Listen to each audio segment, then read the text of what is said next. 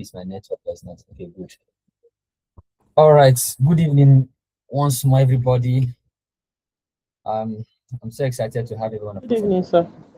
Thank you. Class rep, how are you doing today? Very fine, sir. Good to see you online. Please, let's feel free to turn on our cameras. If our place is deleted, or we can put on our cameras and have a good bandwidth. It's good that we can see. It's good that we see the faces of those people on the call. Thank you very much, class rep. Nice to see you. So yeah, on the call, I can see Ali Gaga is on the call. Hi, Ali. Thank you for joining today. Victor. Mr. Benjamin is here on the call. Madam Chinwe is on the call. Mr. Chris is here. Mr. Econ. Mr. Ibrahim is here. Mr. Idan, Steven, I can see Mr. David Idanyi. I can see Mr. Idris Al Hassan. I can see Nathaniel Christian. I can see Mr. Victor Choche. I'm in a meeting, so that is too late. And I can see Samsudin and Mr. Umar. So we are still expecting about 14 more people to join, those people who were invited but are yet to join the call. Okay, so thank you once more, everybody, for joining this online class today. We've had 2 physical contacts. I'm not sure if everyone on this call were in the meeting for those 2 classes.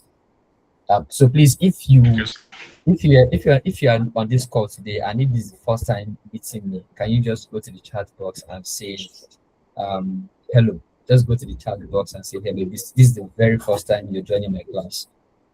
Just say hello in the chat box. I just want to know those people who have not met before, because I'm yet to identify every one of you by your name.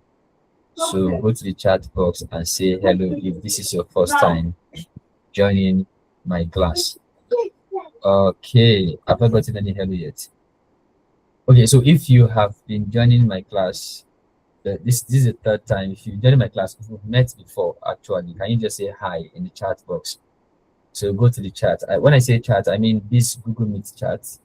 Type hi. Okay, I can see Mr. Econ we've met before. Okay, Chris, this is your first time. All right, we've met before with Mr. Benjamin. Let me see more responses. So okay, I don't know how to say hi, but I have joined your class before, but I don't know how to say hi. All right, I see. Okay, that is Mrs. Chukunon. So Chibuze said she has done it before. Okay, thank you for the responses. All right, so yeah, okay, thank you, everybody. Let me share my screen so that we can get started. Before I share my screen, I want to confirm those of you that have installed Anaconda. Okay, I'll just quickly do a rundown, because today's class is going to be more of the computational techniques. For the physical classes, like I said, we'll be dealing with the some of us don't have lights. No, that is fine. If you don't have lights, it's fine to put off your camera, but if you have lights, you can put it on. And I'd just love to see faces. So we've met 2 times, and right now for this first chapter, we're still looking at K-means clustering. We've dealt with the mathematical, some mathematical concepts that surrounds this topic. So today we'll be looking at the computational techniques. I will share my entire screen for a bit, for a few minutes, walking us through the installation of the package that I want us to, that we will be using. All right. So we will not be doing entire installation. I'll just show us around 1 or 2 the platform and what's expected of us. Then I would quickly do a very quick survey to know how many of us have actually downloaded and installed Anaconda on our system. So the next screen you would see will be the screen for this. It will be my browser. to be a browser that will show us how to do this. So let me share my screen right away. So we'll be working with Anaconda, like I said earlier. So to get Anaconda downloaded and installed in your computer, all you need to do is to go to your browser. So right now I'm using Google Chrome. Go into the address bar and search for Anaconda download. So let's do Anaconda download. Once you do this, it brings you to this page. Before I go for that, I like everybody to confirm they can see my screen. If you can see my screen, please just give me a thumbs up. Give me a thumbs up like this. Give me a thumbs up like this if you can see my screen. Okay, Alfred can see my screen. Samson, you can see my screen. Please bear with me if I call you by your first name. You just forgive me for now, right? Yeah, I can see Ochuche can see my screen. So here is the Anaconda. There are different links that takes us to the Anaconda page. Let's work with the first one. Download Anaconda distribution. You click on download Anaconda distribution. It gets opened on the new tab. And once you get here, the next step to take is to get started. So this is a new development for Anaconda initially, or before now. What you would see when you come to this page is you will see a download button where you can just go ahead and download and start. You get Anaconda downloaded on your computer. But recently they've updated their sites. They need everyone to first click on get started and just sign up. So you can sign up with your Google. You don't need to be filling the form. Just click on Google. So when you click on sign up with Gmail or Google, it brings you to a page to say you want to choose an account that you want to use to sign up. Yes, I want to sign up with Datafied account. When you click on the accounts you want to use to sign in, click continue. So once these steps are done, the next thing you will see is a form. Yeah, welcome to Anaconda. What's your first name? What's your last name? What's your company? I can put my first name as, leave my first name as Datafied. I will choose my last name as PCJ. My company, I can type in Datafied. But you don't have to, you don't need to have a company to do this. In the company field, you can also put your first name, right? If you do not have a company, so it's not even though it's a required field, but it's not compulsory that it must be the name of a company. I've spelled Datafied wrong. This is how to spell Datafied. All right, so this is optional to check this box to get Anaconda's latest features or not. You can check or uncheck. I don't want any feature from Anaconda, so I don't want to be receiving all of those emails from Anaconda. So I'll leave the box unchecked and then click next. All right, so once you do that, it brings you to the next page, asking which role best describes you. So for me, I'm a data scientist. I'll choose data scientist. In your case, you can choose a developer, researcher, other, or a student. So for me, I'll choose data scientist. I click next. You can actually skip that step. You can see you can skip it. If you don't want to go ahead with all of these questions, answering these questions, you can skip to keep things very simple. Once you do that, it says you are setting up your workspace, almost there. And now you have access to download and install. If you're using Windows, click on Windows button. You can download and install Anaconda distribution, not Miniconda. Okay, there's Anaconda, there is Miniconda. So what we're using is Anaconda distribution. Click on Windows 64-bit graphical installer. Once you do this, it downloads to your computer. If you're using a Mac PC, select Mac and click on downloader. If you're using Linux, select Linux and click on the downloader. Depending on the Windows, or sorry, depending on the OS that you have on your computer. All right, so once that is downloaded and installed, what you will see is a screen I'm going to be showing us very shortly. So I will share my entire screen. So any window I open, you will see when I share my entire screen. Now, once you've downloaded and installed Anaconda, right, you will see, let me search for Anaconda. So this Anaconda Navigator, because I have already downloaded and installed it before today, and I already advised everybody to do that, especially those of us that were in the last physical class that we had. So Anaconda distribution is loading, it's going to open very soon. So I just wanted to see the interface, how it looks like before we get into the actual class. Why is it taking time to open? Okay, sometimes it takes time to load. Let me just go to my desktop and see. Okay, it's not opening yet. Okay, let's try to open again. Anaconda. It could be that it's loading some under the hood. Let's see what happens now. Just be patient for a few minutes. Okay, that means the other. This is it. So once you install Anaconda, the next thing you will see is this icon, initializing. So it's going to be loading to have Anaconda opened on your computer. All right. Let's be patient. Takes a little time to open. All right, so it's getting up. It's coming up. There's an instance. Okay, so the initial prompt I actually did responded. So that's why I have that prompt that doesn't want to open it twice. Let's be patient. Let's have this. Let's allow this to open. So as this is loading, let's just let me just ask a few questions. So how has been our day today? How do we do? How are we doing? Now, for those of you who are using your computer to join this call, where to send a message from is you see this icon, chat with everyone. You see that, chat box. This is where you can drop your message. In case you don't know where to find this. So when I ask a question, please feel free to send your message here. Send in your message here. Okay. Because this is late evening. Having a class like this late evening is somehow tricky, because some persons will be tired and they'll be dozing off. So that is the reason why I love my students to put on their camera for me to see their faces. So if I see you trying to sleep or doze off, I'll just call your name to alert you. Or sometimes I ask questions and I would love to see your responses in the chat box. Yes, so that's it actually. So let me just say in one word, how has been your day today?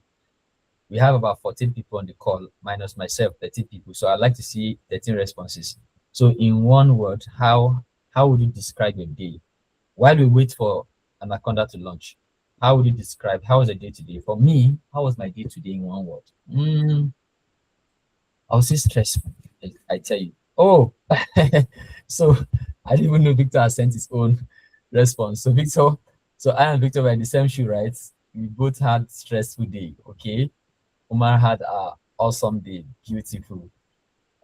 Irene had hot and stressful day. Sorry about that. Benjamin, hectic day. Sorry about that. Caleb, stressful as well. So Idris, it is easy, sir. Okay, great. Fine. Some today had a fine day, stressful. A lot of us are having stressful day. It's not easy. It's not easy. So man must hustle, just pray that God blesses us and this hustle yield results. Cool, yeah. I don't chew. We had a cool day. Excellent. Why is this thing taking forever to load? Okay, sometimes like this. Okay, so again, while this is still loading, I'd like to confirm those of us that have installed Anaconda. I already mentioned this in the last week Friday. So if you have downloaded and installed on Anaconda on your computer, please type Anaconda on the chat box. Type Anaconda. If you have downloaded and installed it, type Anaconda. For me, I have it, so I just typed Anaconda. Okay. Good. Mr. Samsudin had installed. Beautiful. Omar has installed. Yes, I want to see more. I know somebody said, okay, good. Already installed. Beautiful. Beautiful. All right, that's fantastic. So since most of us have it installed already, I'll go ahead and get into business. So let's move on. So although we're not going to be launching the Jupyter notebook that we'll be using from Anaconda interface or Anaconda navigator, we'll launch it directly from the computer. So since we all have it installed, right? Let me get back to my desktop. I want to launch Jupyter Notebook. I already have it launched. I'll close the one that is opened already. I will close the Jupyter Notebook because I want to open it again from scratch so that we can all see how to get it opened. And I will kill the kernel that is running Jupyter Notebook already for me. Good. So that has been closed. Now to get started, to open your Jupyter Notebook from scratch, you go to your search bar and type Jupyter. So once you type Jupyter, you will see the app. If you have successfully downloaded and installed Anaconda distribution, Jupyter Notebook gets installed automatically. So once you search for JUPY, even if before typing it completely, you will see Jupyter Notebook as one of the pop-up apps. Click on it to get it open. So you click on Jupyter Notebook, it gets open. So it's going to open this black, screen like command prompt. Please do not exit this window. Is it my network? I can't see your screen again. Are you serious? That must be a network there. Yeah. That must definitely be your network. Okay, so let me change my location. Yes. And where is Patience? Patience. Please ask her to plug this for me. She should plug it in my room. Okay, so Anaconda is up now. I mean, Jupyter Notebook is up now. And this is it, right? Let me take it to a different window. Now Jupyter Notebook is up. I believe you can all see it. So once it's up, you would find all the folders and files you have in your user folder. I have contacts, blah blah blah blah blah blah. So what I want us to, the Jupyter Notebook that I want to use for this class is already created. I'll find it in the folder called Documents. I'll go to okay. Before I go to Documents, let me show us how to create a new Jupyter Notebook. So I don't want to assume anything here. I know some of us must have known how to do all of this before now, but for the sake of those people who do not know how to do it, I don't want to assume at all. So if you want to create a new Jupyter Notebook, I would advise that you have a folder already. So let's start by creating a folder inside Document folder. Once you click, it opens up, right? Once you gets it opened, I want to create a folder inside this Document folder. How do you know the directory you are in? Look up here. When you look up, you find the directory you are in. So we are inside the directory called Documents, right? Because I have clicked on Documents. Now, inside this Document folder, I want to create a new folder. Look at the top right corner. You find the new icon. Click on New, and there's a drop-down list. From the drop-down list, select Folder. All right. So once you do that, a folder will be created, and it will have Untitled Folder as the name of that folder. So I want to rename it as MDST 812. So this is the course title, MDST 812, mathematical and computational. What is the course again? Computational math. Is that the course? Computational. Please, what's the course title? I've forgotten my course title. You can imagine. Mathematical and computational. Mathematical and computational techniques in data science, right? All right, so that's it. So I've titled the folder as mathematical and computational techniques in data science. Just hit enter, and once you do that, the folder will be created, and that's the folder. So to get into this folder, all I need to do is click on what I just created. Now you can see that we are inside Documents /MDST and the title of the folder. So whatever I create inside this folder will appear in the folder actually. So let's create a blank Jupyter Notebook. I'll come back to the new icon by the top right corner, then select Python 3. So the Anaconda distribution that was installed in my computer was installed with Python 3 kernel. So the Python that is running, or the version of the Python that will be running in my Jupyter Notebook, is Python 3. So click on Python 3, Once you do that, it creates a new Jupyter notebook in that folder and gets it opened automatically in a new tab. I believe you can all see it. So it's opened automatically in a new tab called Untitled. This is what we refer to as Jupyter. Yes, is that a question? Yes, Mr. Econ, ask a question. I want to stop sharing my entire screen. I want to share only that window so that I can navigate, come to Google Meet to see, to look at us, and then go back to Google. Yes, sir. Please, can you go back a little regards to the filing? Okay. All right, I'm back here. Yep. Under documents, okay. So I'm here. Do you have a specific question, or you wanted to take again, explain how I created the folder? Is that what you want? From where you created the folder.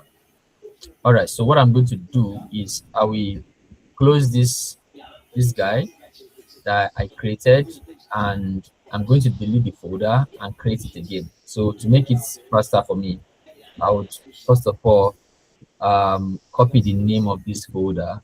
Let me just do a copy. Sorry, let me do this. Let me do this and click on name and copy. All right, so I'm going to delete the folder so I can create another one. Close. Okay. Let me delete this folder. Move to trash. Are you sure you want to move to yes, move to trash. This and this are empty. Okay. That's not a problem. So let me refresh and okay, so since it's not deleting from here, I'll go to my main folder file and get it deleted from here. Documents, and this is it here. Let's delete it from here. Okay, I think because something is opened, I think because it is opened, that's why it's not deleting. So I know what I'm going to do. I'm going to close this guy for now and try again to delete it. And it's still not deleting. I'll close this guy again for now and try again to delete it, and it should be deleted now. Good, so it's deleted. So I'll start again from scratch, and this is what I'm going to do. I will. Sorry, sir, I don't think you are sharing your screen. We can only see you. Yes, my screen stopped sharing because I deleted I closed the window that I was sharing earlier. I will share my entire screen again and do this from scratch. So I want everybody to be carried along. So right now, I'm trying to share my entire screen, and it's going to come up very soon. Yes, my entire screen is up. So I want to open Jupyter Notebook. Go to your search bar. You can imagine, it's just now that Anaconda is opened. You can see how long it took for it to open. Very, very long time.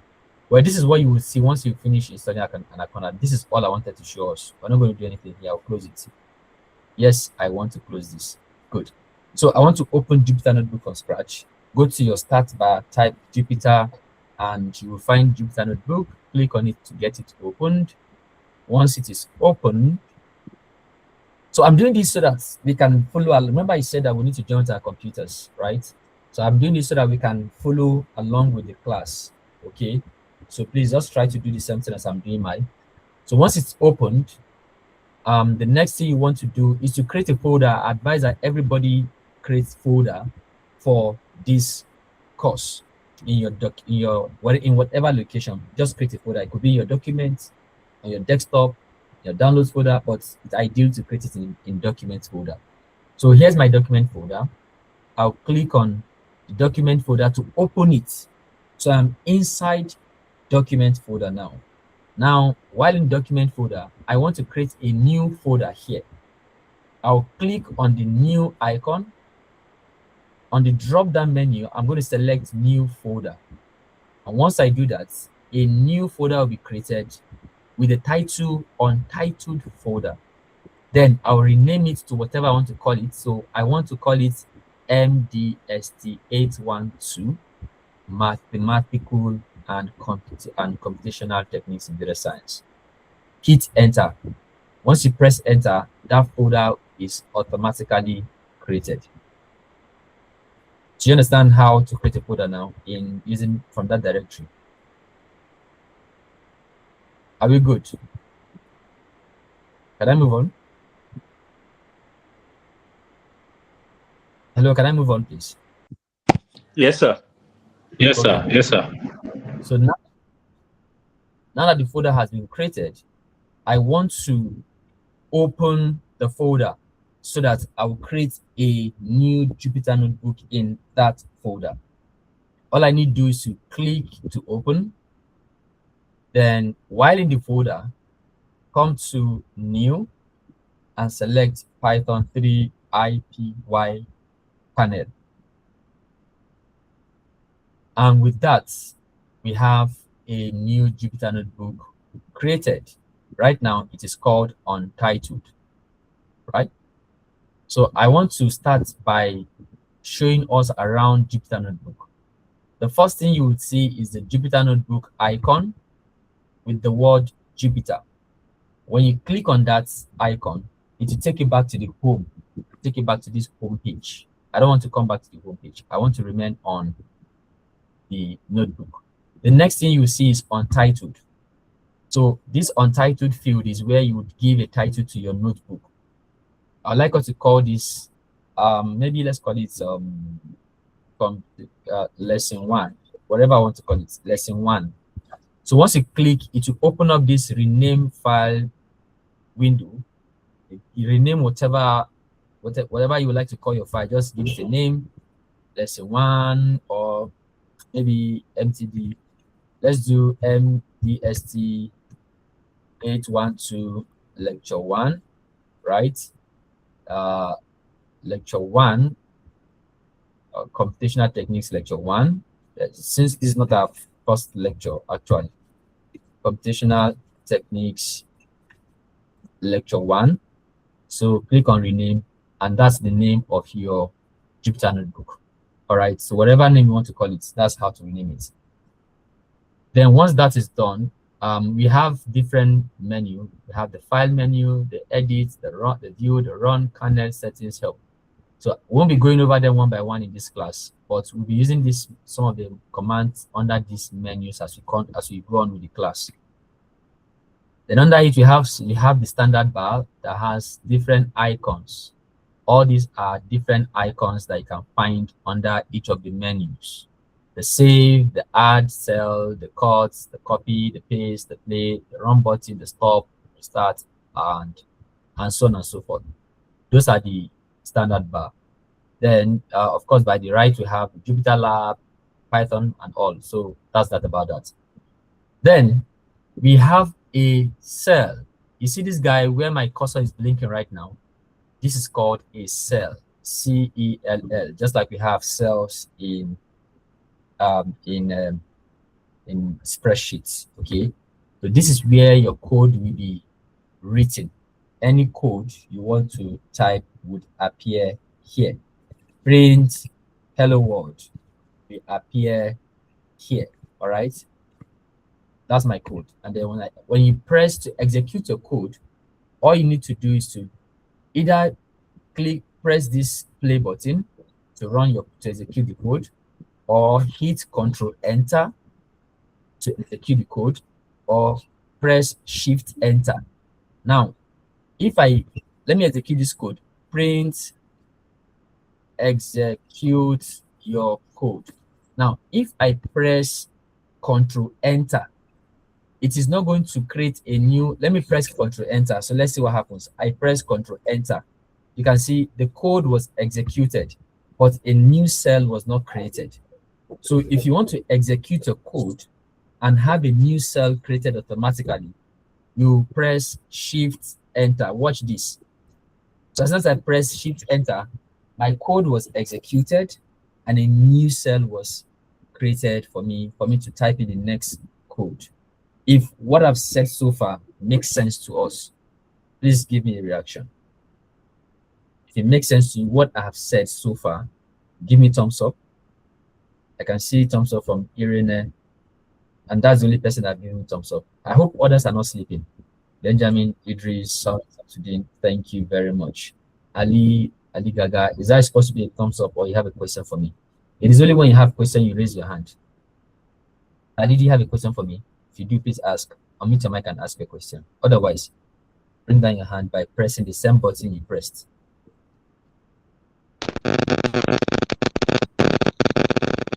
Okay, that network is very bad. I didn't hear anything if he said something. I don't know if it's from my end only. Okay, please go ahead. I can't hear you. I can't hear you. Can anybody hear Mr. Ali? Is it Mr. or Mrs.? I don't know. I can hear you, sir. I can hear you. Sir, I want to ask a question, sir. Please go ahead. You were talking about creating new cell Yes. with control Shift enter. No, shift enter. But shift enter, sorry. But Yes. I noticed when I run the code like hello world, it automatically creates a new cell. Yes, that's because you press shift enter. It automatically creates a new cell. But if you use control enter, it will only execute that cell, but it will not create a new cell. Okay. You know, that's the difference. That's the difference between using control enter and shift enter. Does that make sense? It makes sense, sir. All right. Thank you. So I hope you are all good. Now, that is not the only way to create a new cell. That is a shortcut of creating a new cell when you are running your code in Jupyter Notebook. Shift enter. I love to always use shift enter to run my code. The other way to create new cells is by clicking on this plus sign. You can see insert a cell below. Plus sign to help you add new cells. Can we all see that? As I press plus sign, the more I press the plus sign, the more the cells are being created. Are we good?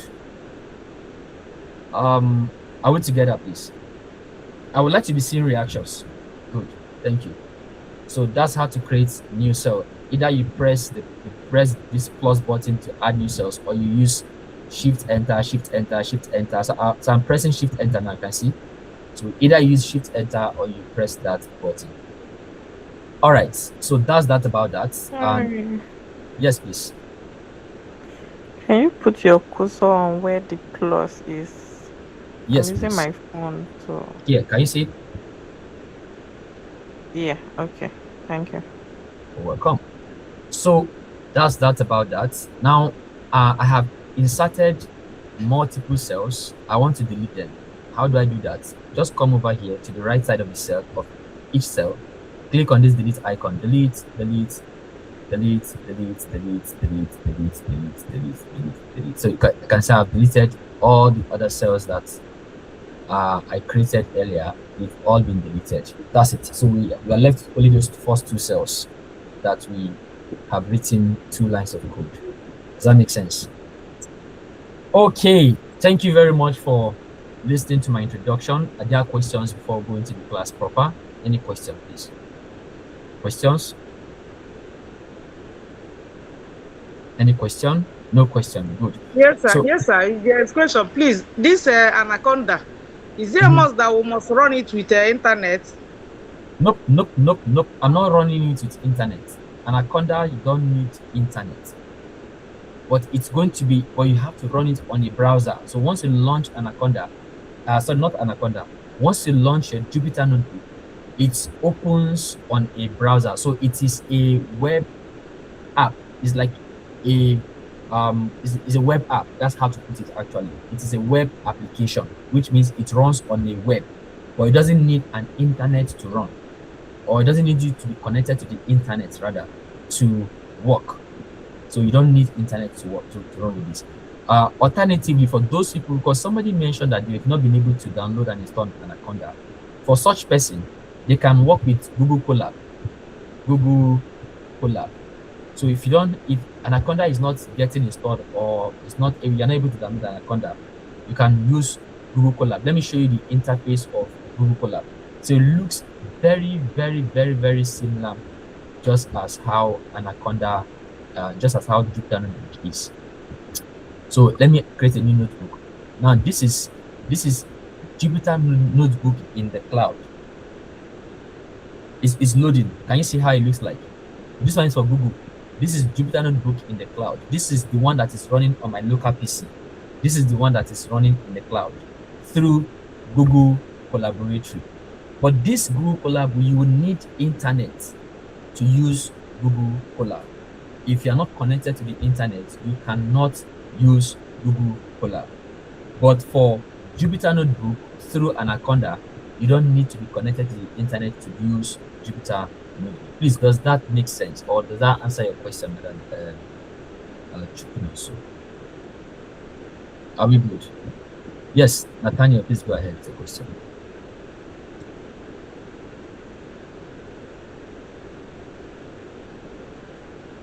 Nathaniel, please go ahead with the question. Your mic is muted in case you're speaking. I can't hear you.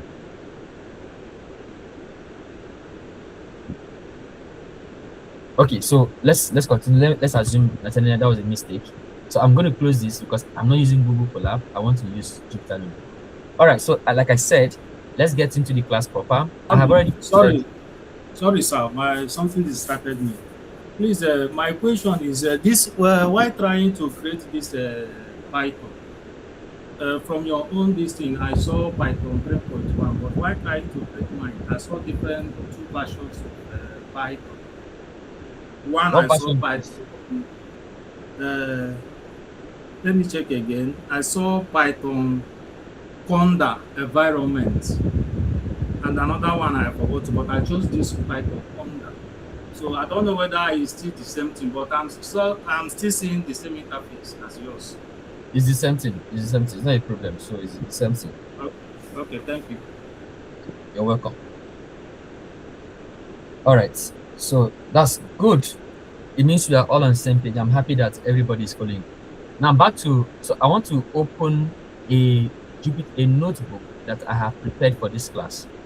I'm going back to my documents. I saved that notebook inside a folder called other folders, in my PhD files, in this course, and this is the notebook.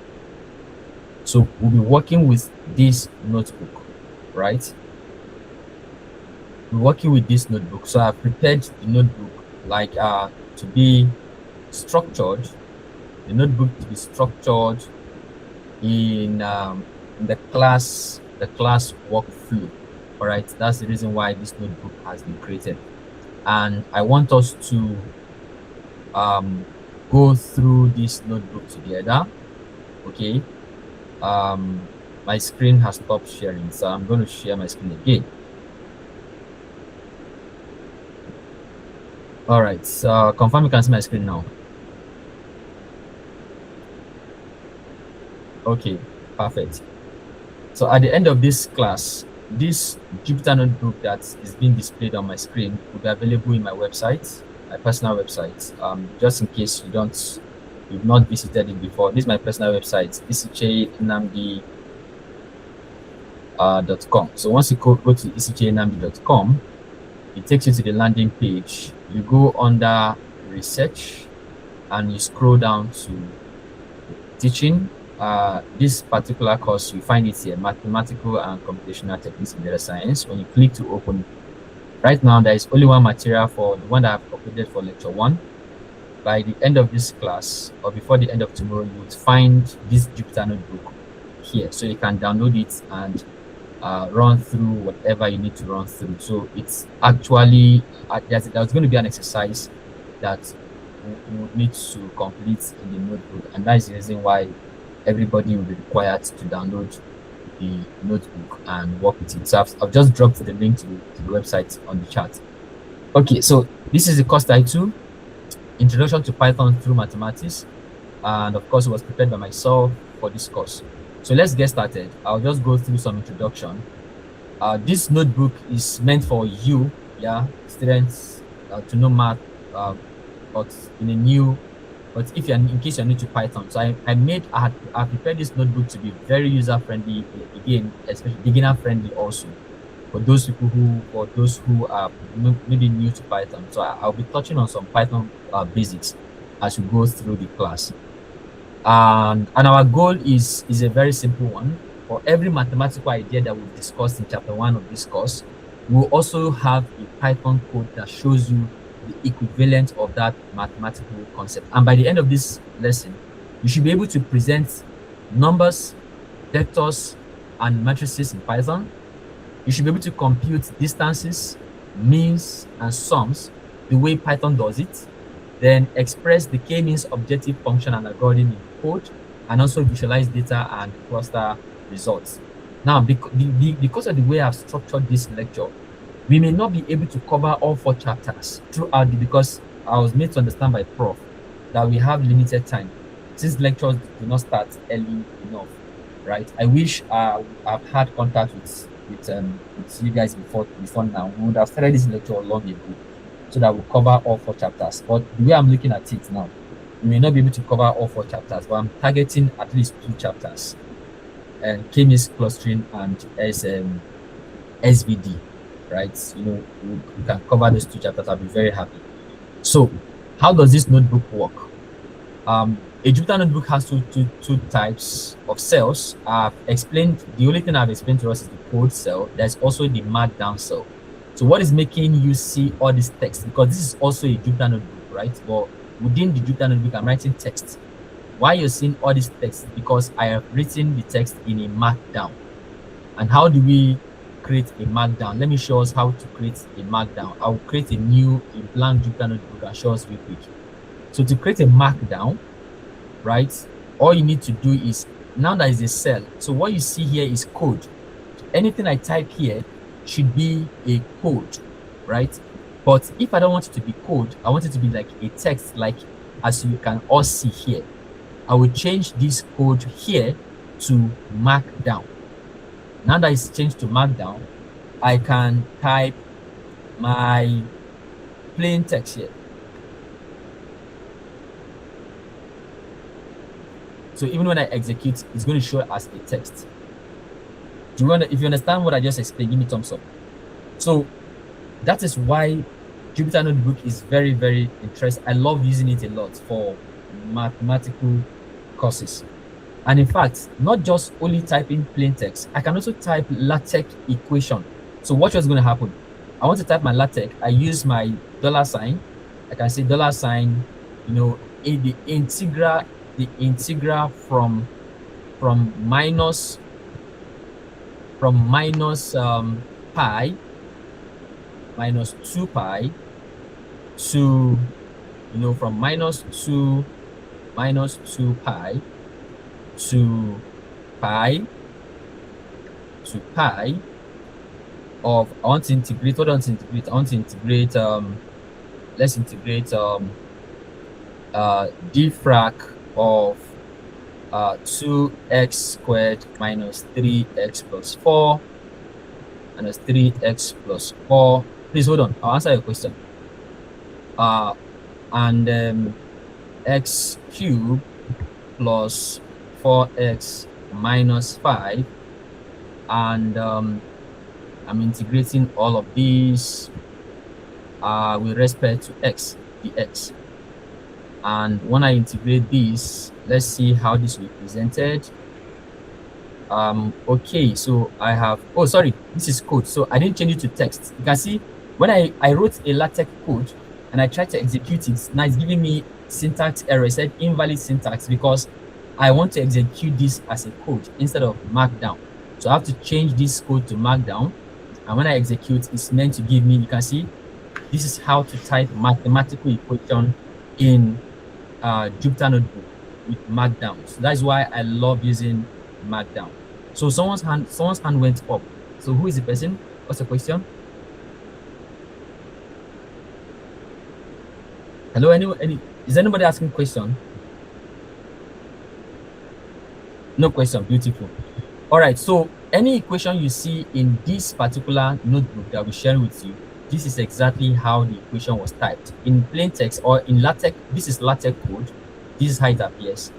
But when you execute it, it shows you as a proper mathematics equation. All right, it shows you as a proper mathematics equation. Yeah, very interesting one for that matter.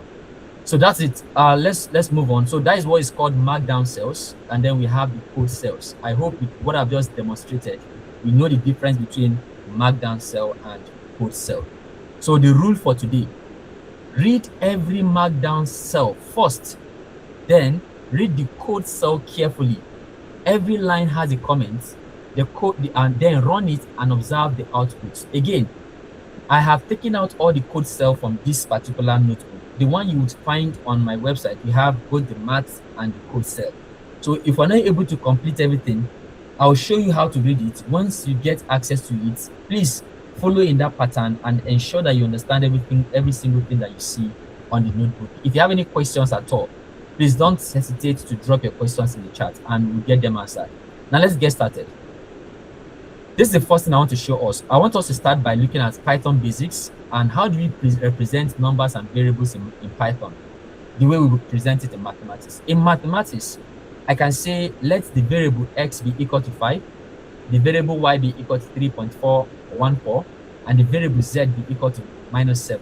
So we have assigned 3 variables, 3 different numbers. Hello, are we still together? If you have not slept off, we are together, sir. Okay, thank you, Mr. Okon.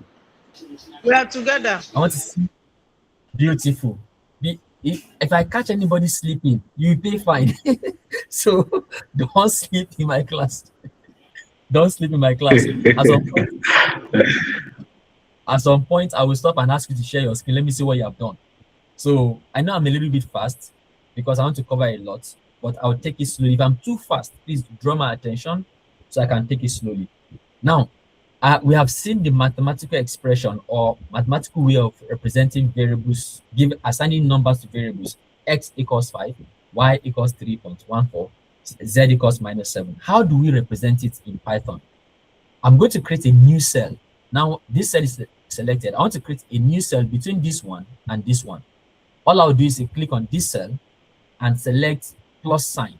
So I have created a new code cell. This is a code cell. So in Python, the way we assign, so I want to type what is called comment. Comment means that when Python is executing my code, it will ignore that line. So the way to tell Python that this is a comment line is to start with this hash. Just start with your hash. So I want to start with what is known as variable assignment. Variable assignment. So let's assign variables just the way we've done it mathematically here.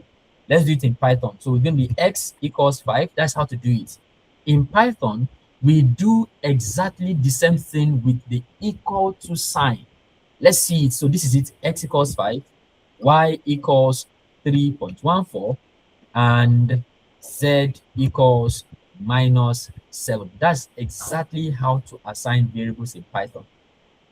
And when I press Shift Enter to execute this, it has been executed. How do I know? I will see a number 1 inside square bracket. So whenever you see any number in a square bracket, it means this is the first cell that has been executed. But there is no output. No output. You know, in this case, when I do print hello world as a string, print hello world as a string, and I say Shift Enter, you can see there's an input which is print hello world. That is the instruction I've given to Python, and there's an output which is hello world. That's the output just under the cell. But in this case, when I executed this cell, there was no output. Why? Because I have not asked Python to show me anything. I only assigned variables. So in memory, x has been assigned the value called 5. Y has been assigned the value 3.14. Z has been assigned the value -7. All right. So please, do we understand what I've just done? If you do, give me a thumbs up. Good. In math, what do we call numbers like this?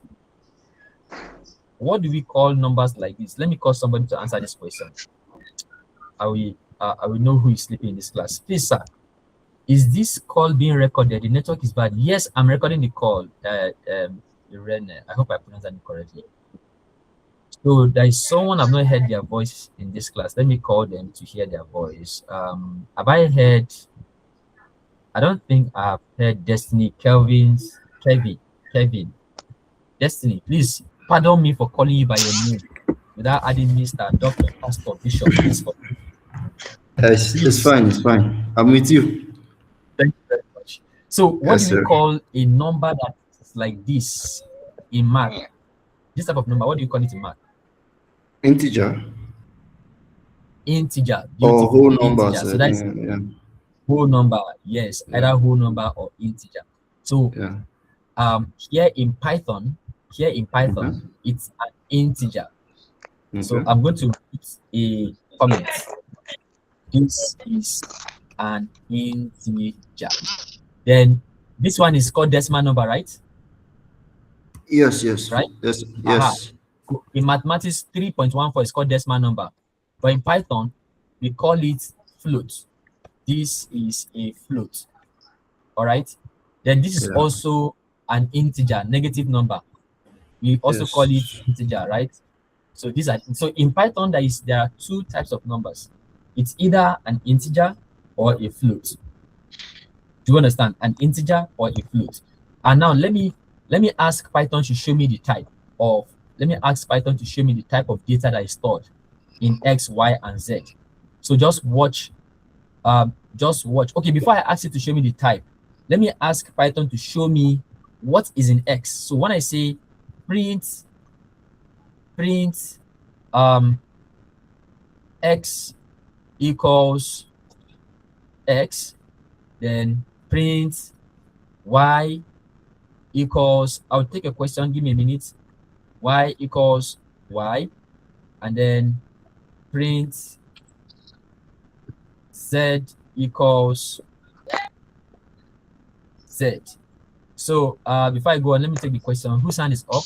Okay, yes, please go ahead with the question. Should we be practicing the way, following up the way you are doing it on our notebook? On your computer, right? Actually, that is what it's meant to be. But I am being very fast because I'm trying to cover a lot, right? So what I would recommend is let's just pay attention because the record will be available so that you can practice afterwards. At your free time, you can just go over the video and be practicing what we've done. But if you know you can be very fast, you can be watching and doing at the same time, it's fine. But I would recommend that you just listen and watch. Thank you for that. Are we good? So I've given Python 3 instructions. I want Python to show me what. Okay, before I even do this one, before I run this cell, if I just say X and I run the cell, see what happens. Python shows me 5.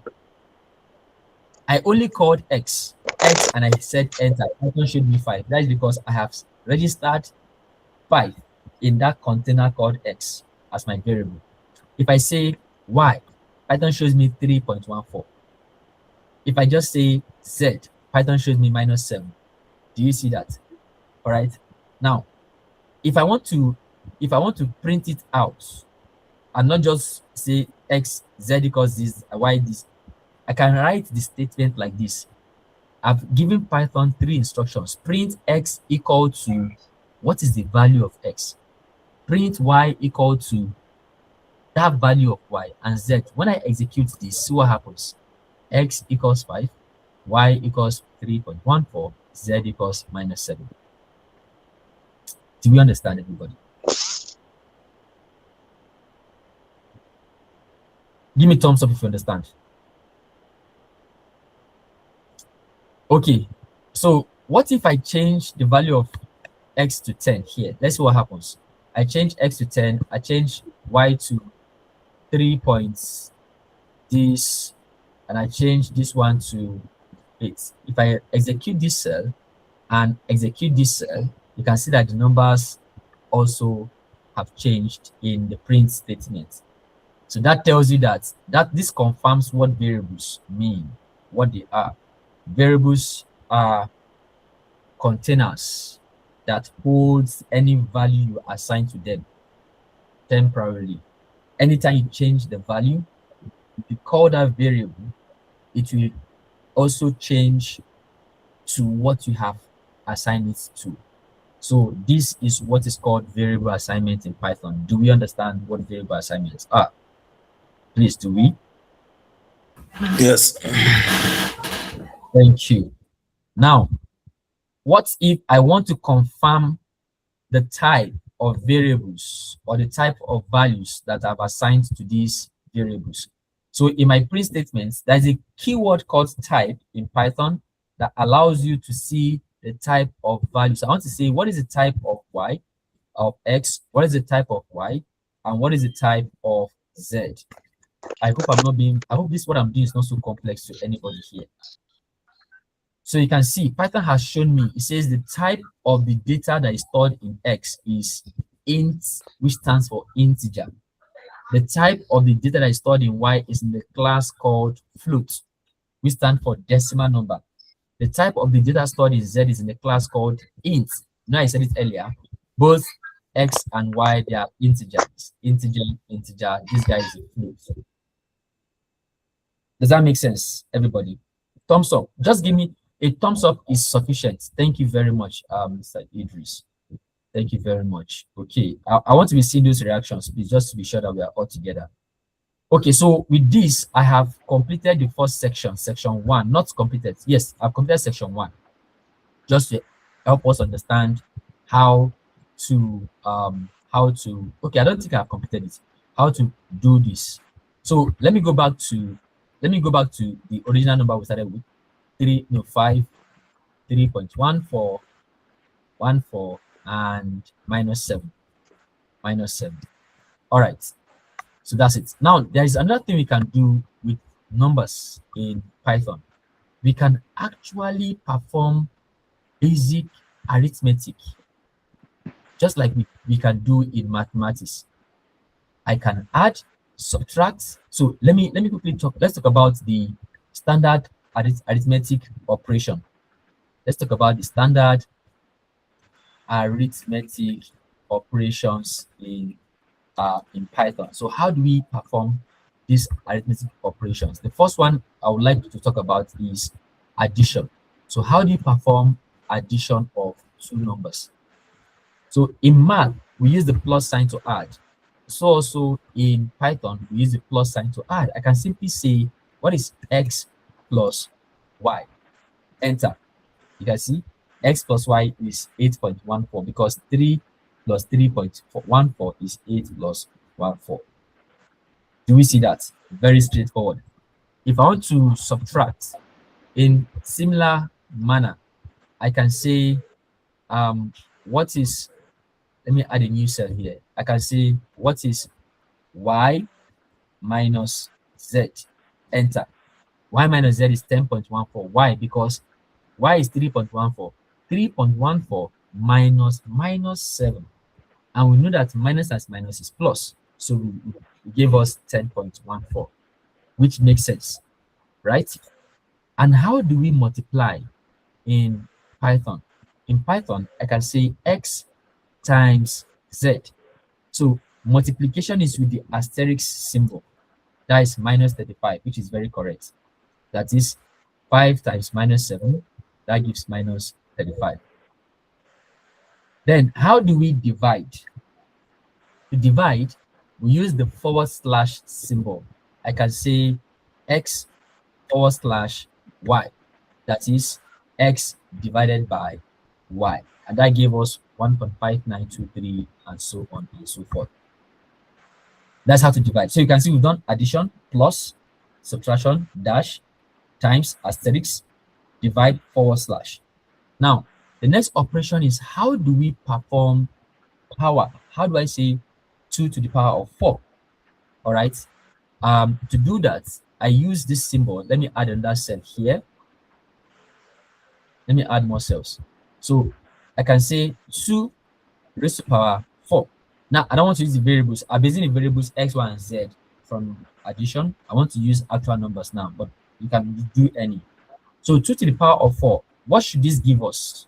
What is 2 to the power of 4 mathematically? That is 2 times 2 times 2 times 2. So what are we expecting? 2 times 2, 4, 4 times 2, 8. 32. 16. 32 or 16? 32. 32? 16. It should be 16. 4 times. 2 times 2 times 16. It's 16. That's 16. 16. Okay, Yes. let's see if we'll get 16 actually. Run this, and that gave us 16. So that means to raise something to a power is going to be double hash asterisk, has asterisk asterisk. So that is 2 asterisk asterisk. So asterisk is on your 8 key. I just zoomed in so that we can see it in case it's too tiny from your end. Okay, that's how to do what?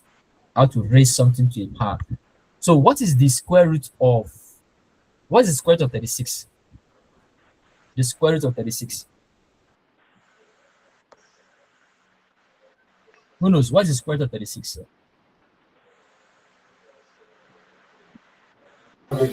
6. It's 6, sir. Okay, good. 6.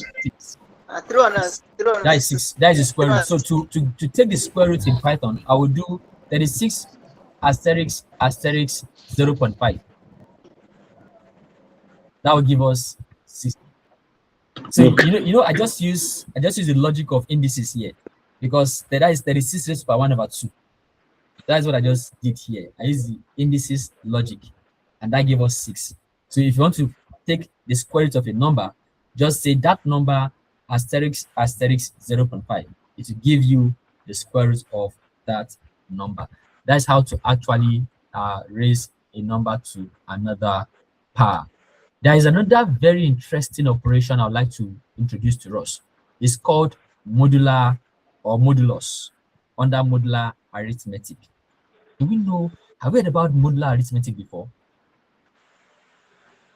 If you've heard of modular arithmetic, can you give me thumbs up? Heard about modular arithmetic?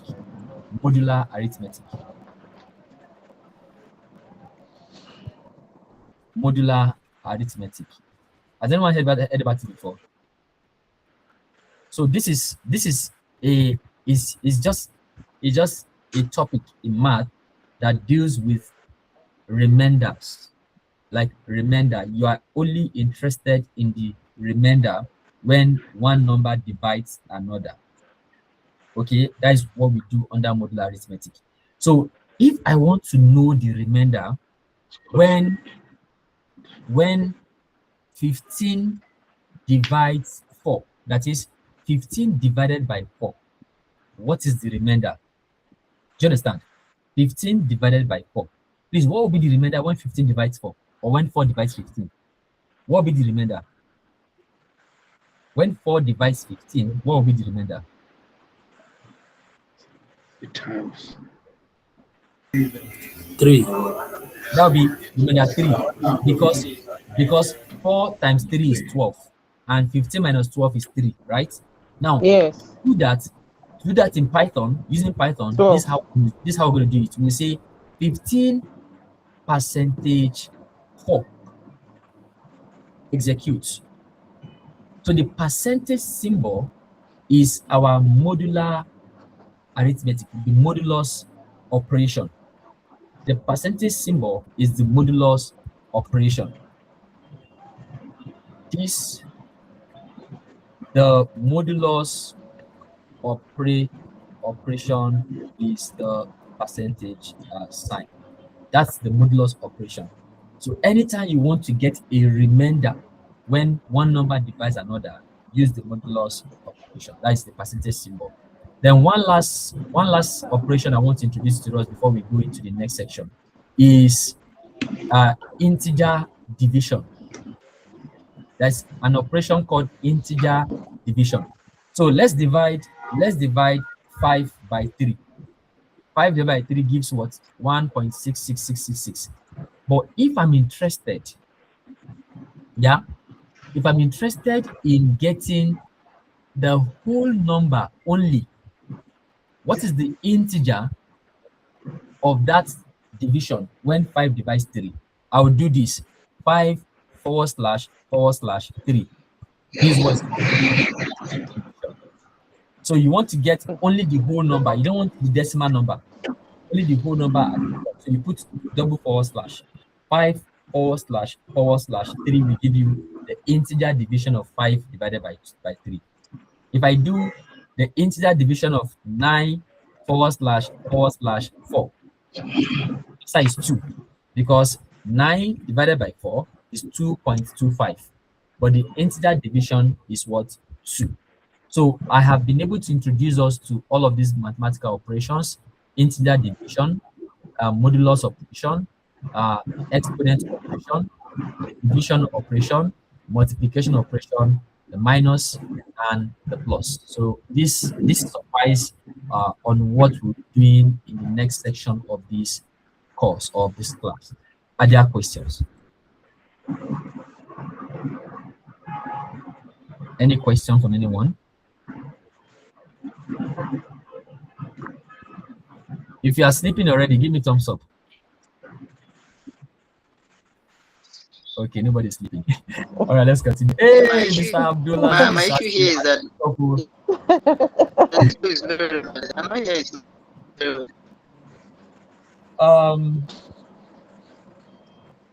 Idan, I hope I pronounced that name correctly. You said they're hearing me clearly. Sorry about your net. That must be your network. Sorry about that. Thankfully, we're recording the class, so you have. Yes, the network is very bad here on the screen. I cannot see it very well. Okay. So I think we can go to the next section of this. The network is very, very bad. I'm sorry about that. I'm not following it very well. No problem. You will see the recording. So in this next section, I want to section 2. I want to introduce us to the library we'll be working with. It's called NumPy. So you see the way I captured it here. I said NumPy, our mathematical toolkit. So by way of introduction, Python on its own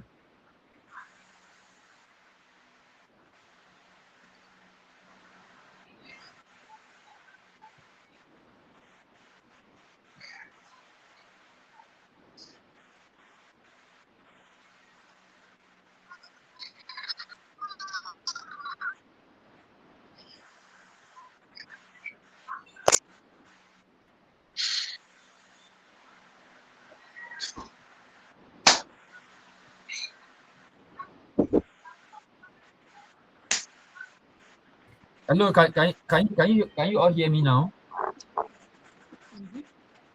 All right.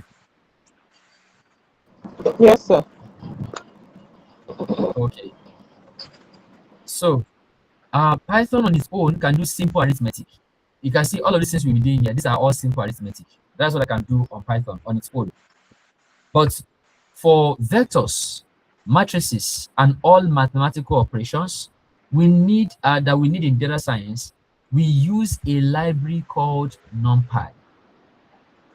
Without NumPy, to perform a simple data science operation or calculation, you will have to write a very long code. But thankfully, we have packages that helps us handle that. And that's NumPy. The full meaning of NumPy is numerical Python. So NumPy means numerical Python. So think of NumPy as a powerful mathematical calculator that is built into Python. Just think of it like that. It's a powerful mathematical calculator that is built into Python. Now, how do we use NumPy? We load it in once at the start of every session.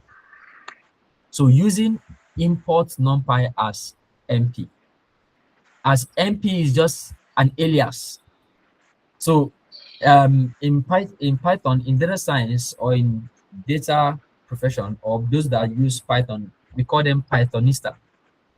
Pythonistas are used to packages being imported into Python as using an alias. So NP here, the N stands for num, the P stands for pi. It's just a short way of calling NumPy. Again, when you are introduced to pandas, I will introduce us to pandas very soon. Pandas also is being imported using PD. Matplotlib is being imported using PLT. Seaborn is being imported using SNS. So these are aliases. But that doesn't mean that if you import NumPy as something else, that is not going to work. It will work. Okay.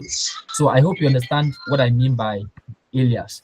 Now, Now, before we go ahead, I would like to import NumPy, and let me show us how to do that. I will add a new cell now. So this is how to import NumPy. Just go ahead and type the word import NumPy add MP and hit enter. So you can see I have executed this code. Nothing happened, but NumPy has been imported under the hood. Even though you don't see anything happening on my screen, but NumPy has been imported. I can go ahead and start using NumPy package to show us how to demonstrate different things in Python. Please do you understand? If you understand what I mean by what I've just said, kindly give me thumbs up. Thank you very much. So now let's see how to use NumPy to represent vectors. So to do that, I'd like to introduce us to what vectors are. We've already done this in our first lecture, but let me just talk about it again. So in the lecture notes, a data point is represented as a vector in R subscript D or R superscript D. We have already seen that presentation and lecture notes, the class we had previously, right? We can easily represent, what is it called? We can represent a vector in any dimension, like for dimension 1 or 2 or 3 or dimension D. Okay. Please, Idan, kindly mute yourself. I've been trying to mute you from here, but I don't know why my network is unstable. I'm not able to do that. I can hear some little noise coming from the background. Steven, Idan, kindly mute yourself, please, if you can hear me. Thank you. So this is a typical way of representing vector here. This is a vector. We've already dealt with this, so I will not spend so much time explaining this vector. A vector in a D-dimensional space. So let's use our example. The example data set that we're going to be using in this course is all about this penguin's measurement. So this is a typical example. I mean, this is a picture of a penguin. Of course, we know a penguin is this bird that is found somewhere in the somewhere around the beach or water. Like it looks like a duck, but it's not a duck. So it's a penguin that walks with their 2 foot, all right, or with their foot. So this is a penguin.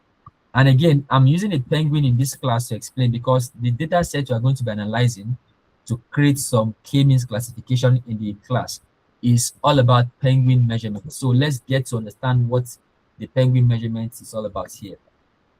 So see the label. The penguin has different parts, which I have labeled here. It has something called the culmen. The culmen is like the beak for a bird.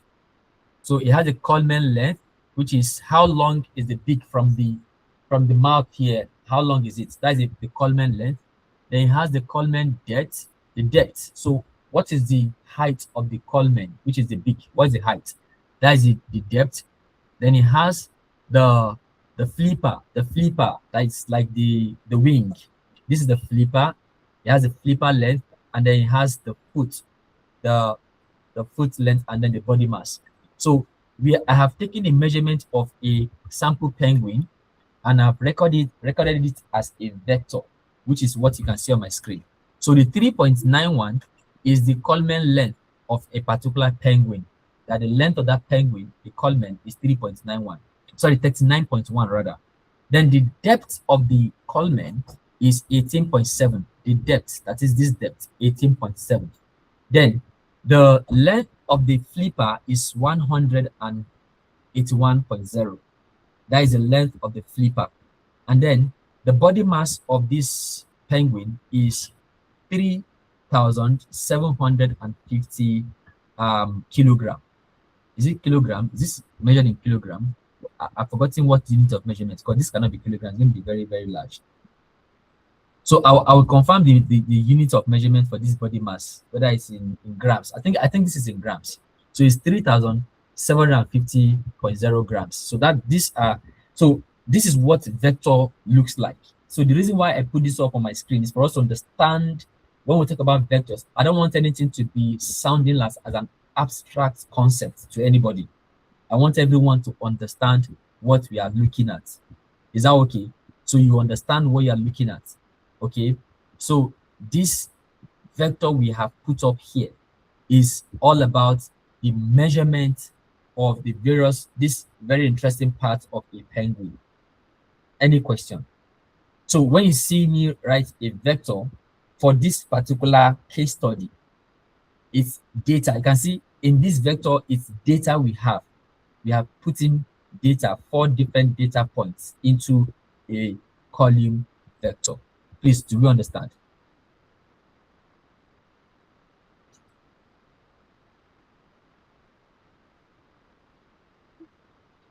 I want to see more reactions so that I'm sure that nobody is sleeping. Okay, thank you for the reactions, everybody. Now the question is, how do we represent this vector using Python? These vectors are presented like this. If I ask you to write it in Python code, how do you present it? Now everybody can write it mathematically.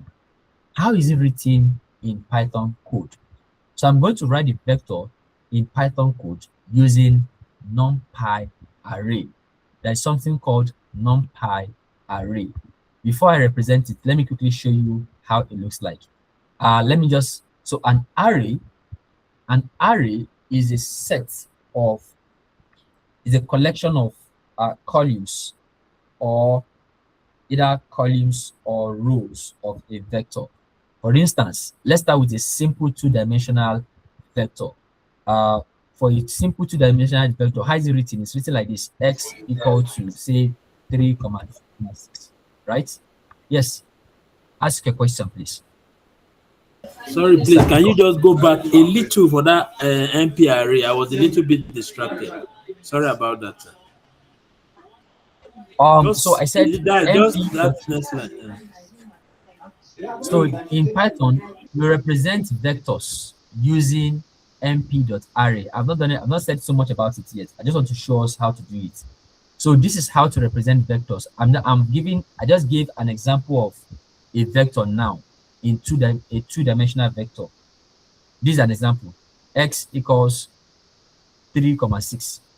So if I want to represent this in Python, I'm going to represent it like this: x equal to, okay, let me do it in the same line.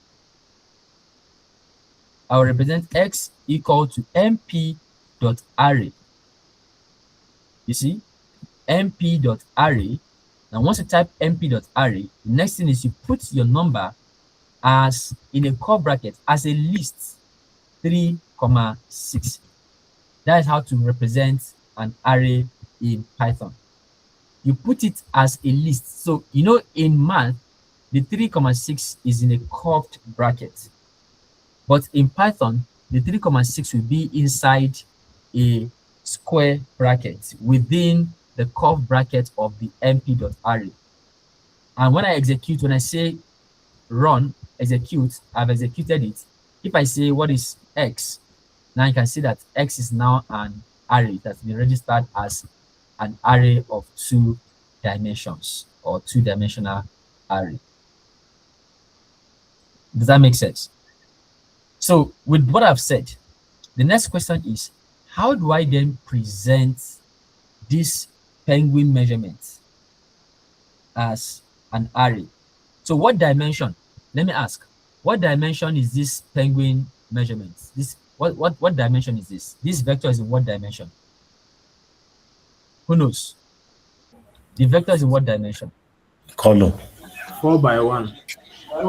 Yes, it's in a 4-dimensional vector space. So that's a 4-dimensional vector. Okay. So how to present it using array? This is how to present it. I'm going to say my penguin measurement. I will enter a new cell. I will say my penguin underscore measurements is equal to np.array, open your curved bracket, then your square bracket, then you put 39.1, comma 18.71, 0.7, comma 181.0, comma 3750.0. Then close your square bracket, close your curved bracket, and say enter. So if you just call the variable, if you call the variable name penguin underscore measurement, then you hit enter, it will show you that array. Can you see the array here? So this is the that is how to represent vectors using np.array. So anytime you're given a vector, you can actually represent the vector using np.array. Very, very straightforward. Do we understand, everybody? Now, it doesn't, again, let me say something here. So it's not compulsory for you to have them entered in straight lines like this. You can as well have them typed like this without having to type enter, on just all on a straight line like this. Instead of having them represented in vertical, you can present them in horizontal way like this. It's still fine. Okay, so I just did that so that it looks like similar to how it looks like mathematically. Oh, I've been talking since for the past almost 2 hours now. I hope you are good. I hope. Let me just hear from somebody else. Let me hear someone speak. Again, class rep, are you still on this call? Yeah. But my network is bad. The network is unstable. Can you hear me? I can hear you. Yeah. So, who has a computer close to them? Who is connected with their computer and can share their screen? Let's see. Let me just ask. Just give a small exercise. Okay, let me give everybody small exercise. Everybody, if you are, everyone should have their computer close to them because I told us to have our computers. I want you all to present this. Class, are you saying something? No. I'm not talking to you. Sorry. Okay. Exercise. So here's the question. Present these vectors in using np.array. Number one, I want number one. Let me use this. Let me just use this T matrix for it. So number one, let's have this as 34. Let's have this as 20. Let's have this as -4, and let's have this as 12. That's number one. Then number two.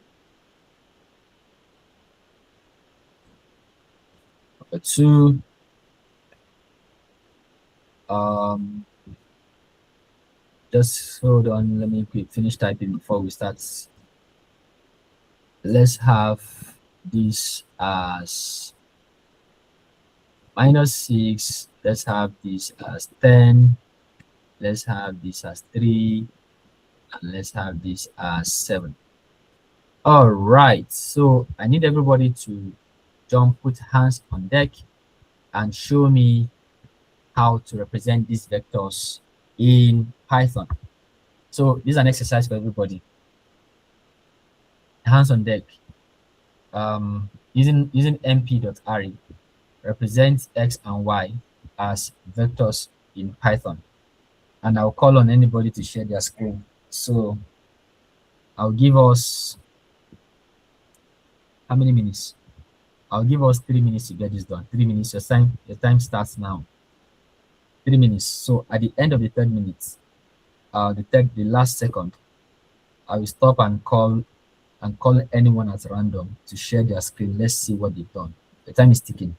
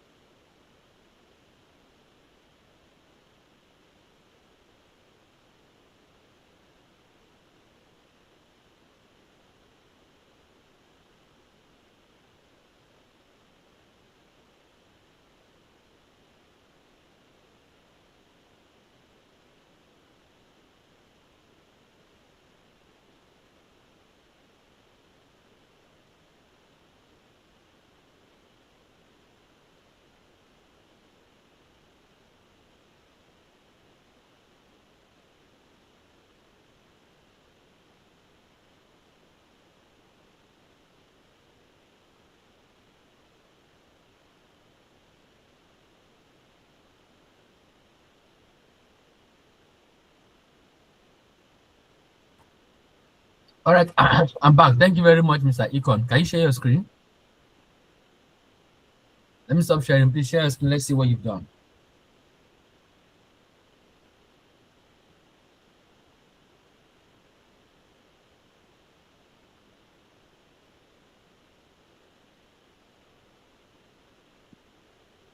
Well done, Mr. Victor. Mr. Econ, please share your screen and I'll mute your mic.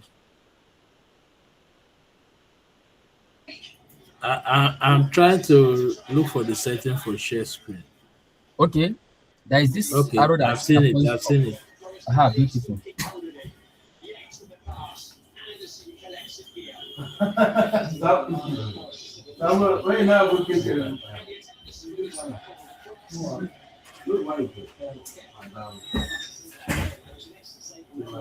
So, can you see my screen, sir? Yes, it's coming up. Aha, I can see it. Where is it? Okay, so execute it. Oh, beautiful! I can see your X and Y. Please, let's give him a round of applause. That's beautiful. Well done, sir. Who else wants to show me?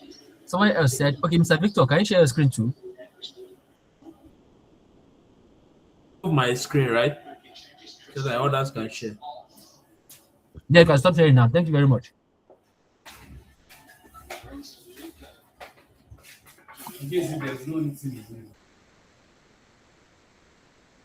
Yes, please go ahead, Mr. Samsudin. Let me hear your question.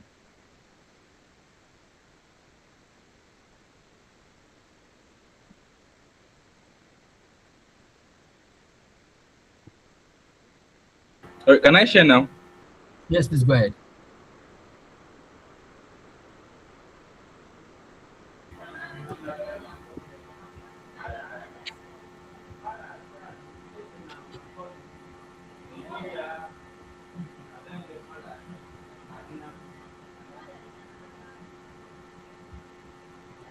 Okay, beautiful. Yeah, this is beautiful. Thank you very much. Thank you. Let's give me a round of applause. The virtual hand. Thank you very much. Samsudin, you have a question. Please go ahead with your question. Can I stop sharing now, sir? Yes, please. I want to share my screen, sir. All right, please go ahead. Okay, sir.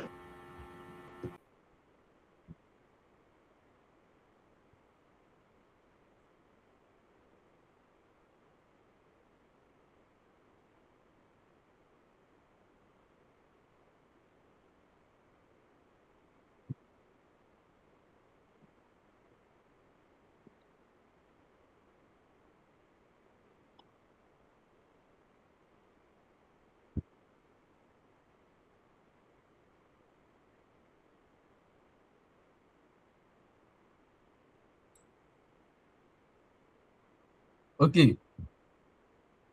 Yeah, beautiful. Beautiful.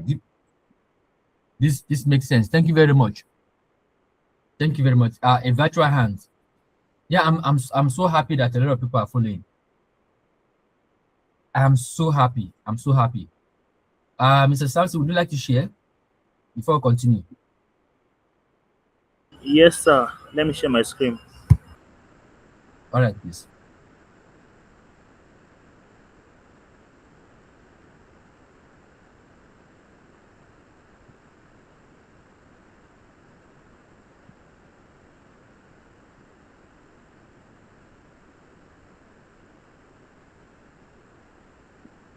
All right.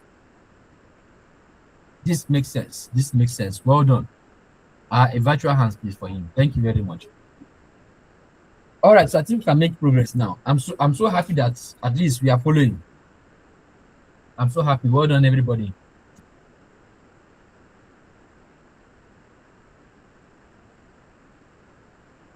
That's a good one. So let's see. Back to my screen. Okay, so the way to present this is by saying my x equal to np.array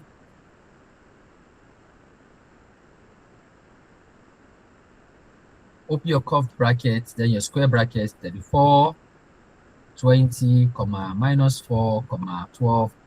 What's your curve, your end? This thing then y equal to np dot array. Then we have this minus 6, comma, 10, comma, 3, comma, 7. Close this, and then execute it. X, comma, y. Print x.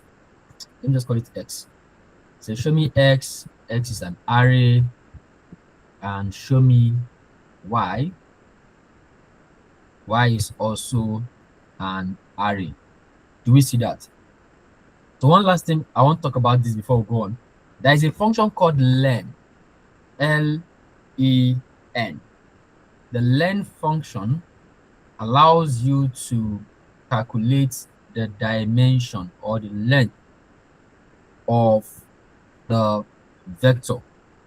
So if I want to see what's the dimension of vector x, I just go ahead and say len x, and it tells me 4. Do you see that? Len x. What is going on? I can't see your screen. That must be is anybody having the same issue?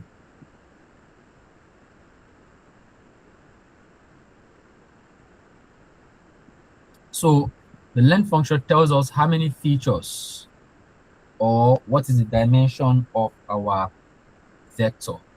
All right, that's very easy to determine. Now, there's another thing I'd like to talk about vectors. I want us to see how to assess individual elements of a vector. Assessing individual elements of a vector. So what do I mean by this? That means you have a vector y, right? Vector y has the elements -6, 10, 3, and 7. If I'm interested in getting only the first component or the first element in y, how do I get that element printed out? So instead of saying, show me all of these, show me only 6 with an element in y. There is a concept called indexing. I don't know if those of you that were present on Friday, I mentioned indexing, right? A way to index. I don't know if you remember, I said it, that we index our elements with numbers. In mathematics, we start counting those indices from 1, 2, 3, 4, 5. But in computer science, we start our indexing from 0. If you remember when I said that on Friday, please give me thumbs up. If you remember when I said it on Friday, give me thumbs up. Good. I mentioned it on Friday. So to get the first element in that array, -6, I would use the index. So all these elements, they have their indices. They have this an index 0. This is index 1. This is index 2. And this is index 3. So all I will just say is give me the element in y of 0. So just say y, then open a square bracket, put 0 inside it. Then once you do that, if you execute this code, you would see np.int64 -6.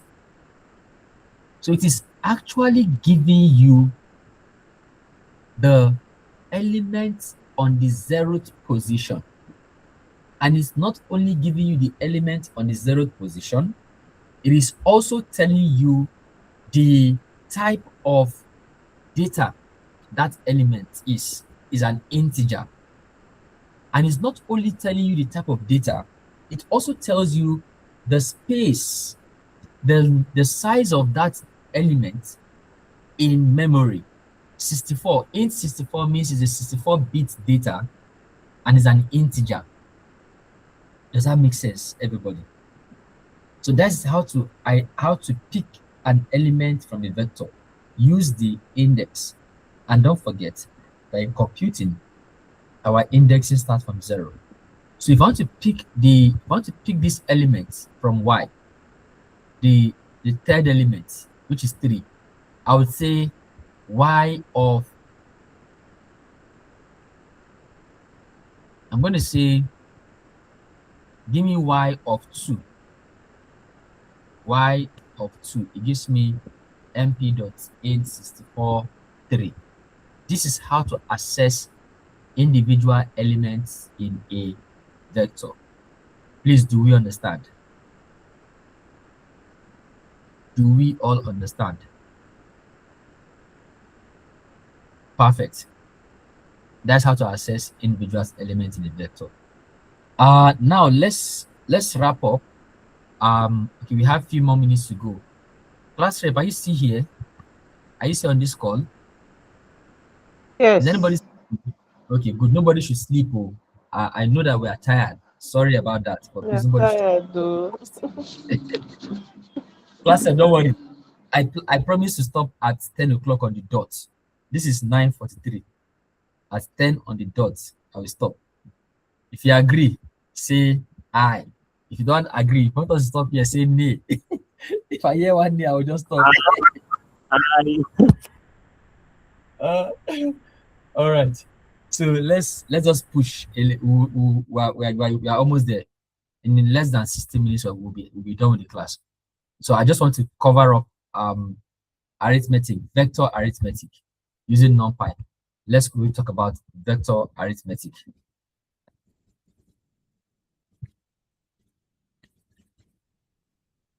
All right. So for vector arithmetic, we can perform vector addition, we can perform vector subtraction, scalar multiplication, inner products. These are the operations that can be done using vectors. So let's work with two vectors. Let's say vector u and v. Let vector u be mp.array. Let's use a 3x3 vector. Sorry, a 3-dimensional vector. 3, 2 minus 5. Yeah. And let's say vector v is equal to mp.array. And vector, let's say this is a minus 4, 7, 1. Okay. First is vector addition. So I have assigned vectors to u and v. Let's start by performing vector addition. Vector addition. So how do we add two vectors? Very simple. Just do u plus v, and that's it. Very straightforward. Can you see how easy it is? So if you have two vectors, u and v, to perform vector addition, just do u plus v. Okay? Do you understand? What if, let me add one more vector. W, let's say wb is equal to mp.array of 7, 10, minus 23, and 15. So what's the dimension of vector w? Please, what's the dimension of vector w? 4. 4. Good. So the dimension of vector w is 1 more than vectors u and v. Let's attempt to add vector u and w. Let's see what happens. Can you see what's going on here? It has given us an error. It says name. Okay, sorry. I have not already started w. I've not run that code. Let me run it and run it again. Okay, yes. So now I have executed it has registered w in memory. So it gave us an error anyways. It said value error. Operands cannot or could not be broadcast together with shapes 3, empty and 4, empty. So what it's telling you here is that you cannot add two vectors of non-similar dimension or of non-equal dimension. For addition of two vectors to be possible, the two vectors have to come from the same dimension, from the same vector space. So I cannot add a vector in R2 to a vector in R3. Please, does that make sense? These are some things that we have to know in this course, so that when you start running your analysis, you will not begin to do something that is wrong and seeing an error, and then you're asking yourself, what am I doing wrong? So please understand that. So this addition is not possible. Now, but I can do v u minus v, that is vector subtraction. Let's see how. So how was the addition done? U plus v is simply saying 3 plus minus 4, which is minus 1. That is what we got here. 2 plus 7, which is 9. And then minus 5 plus 4, which is minus 4, which is correct. Then the subtraction is 3 minus minus 4, which is 3 minus 4, which is 7. That is correct. 2 minus 7, which is minus 5. And then minus 5 minus 1, which is minus 6. So that is how to perform vector addition and vector subtraction. So the next operation we'll be performing here is called scalar multiplication. Okay, I didn't write my thing here. This is my comment. Sorry, this is vector subtraction. So the next operation is scalar multiplication. So scalar multiplication is simply saying use one scalar, one number, to multiply a vector. For instance, 3 times u. You can see that. So this was called scalar multiplication. Just multiply a vector by a constant. Yeah, that is scalar multiplication. 3 times u gave us the expected answer. So I can say minus 5. Sorry, I changed that to markdown by mistake. So I can say minus 5 times w. Minus 5 times w, and that gave us this as a multiplying all the components in the vector w by minus 5, right? That is scalar multiplication. Then finally, we can perform what is known as inner product. So you know, we need inner products. Those of you that can remember,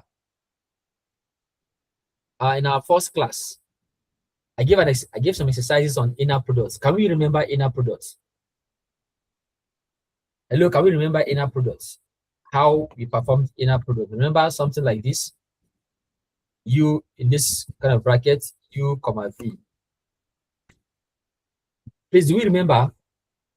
For those of us that were present in our very first class, our first physical class, we performed inner products. So how do we perform inner products in Python? How do we perform inner products in Python? There are 2 ways of performing inner products. So it's either inner product or dot product, right? Either inner product or dot product. So I can use NumPy to perform inner products. I can just do Python notation for inner products. If I want to use NumPy to perform inner products, look at it. So I have vector u for inner products. That's mp dot. That is a function called dot. That is a dot product. mp dot comma dot of u comma v. That's it. So the inner product is minus 3. Remember that inner product function is a map or a function that takes elements from 2 vector spaces and map them into the real line. So how did we perform this inner product? So this is how inner product is performed. So vector u and vectors u and v. Let me show you how. Let me explain it manually.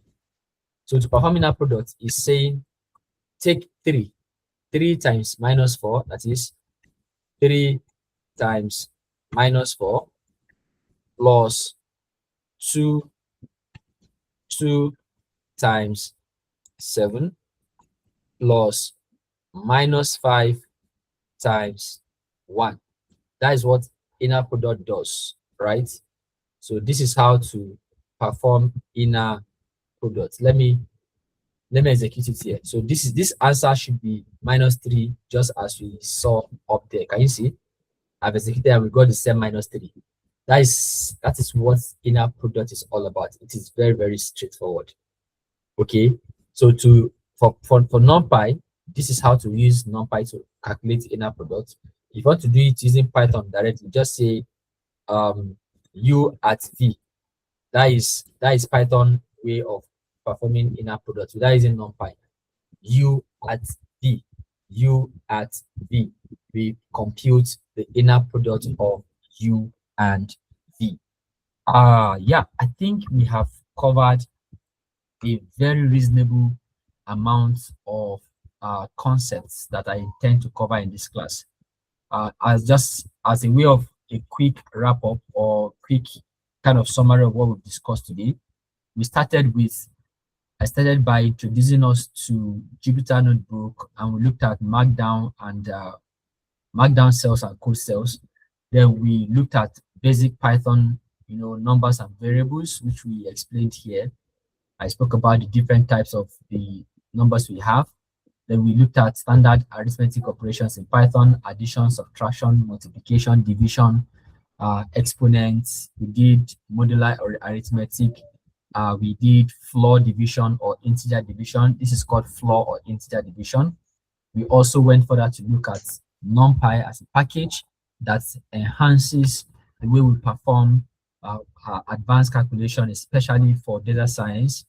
Yeah, and I showed us how to import NumPy using the alias MP. And then we went into section 3 that spoke about vectors in Python. We introduced us to a vector point in d-dimension vector point in the RD space. And I introduced us to the penguin measurements that we'll be using for this particular K-means or K-means clustering problem. And we got a sample measurement from a penguin, and I showed us how to represent an array in Python using NumPy. And we went further to take an exercise, which a couple of people shared their screen, and I gave a correction to that exercise. And now we looked at assessing individual elements in the vectors just using this method. And we wrapped up by looking at performing arithmetic operation with vectors: vector addition, vector subtraction, scalar multiplication, and inner product or dot products of two vectors. We'll wrap up on this note, and I'll take questions. I'll call it a day. In the next class, we'll jump on to section 4. Yes, please. Go ahead with your question, Ida. Sir, please, can you help out with the recording, because some of us we were not following well. Yes, sir. Sure, the recording will be available. And the note as well. It's available. Thank you, sir. Definitely. Yes, like I said earlier, you have access to the notes from my website. When you get to my website, just go to research part of my website, scroll down, you will find your course, Mathematical Computational Techniques in Data Science. You will find the lecture notes under materials. I'll add it here. I'll add it here very soon. Are there other questions? Yes, please. Yeah, good evening, sir. Thank you, sir. Yeah, mine is not a question, just an appreciation. The lecture was straightforward and understandable. Thank you, sir. All right. Thank you very much for that feedback. I appreciate it.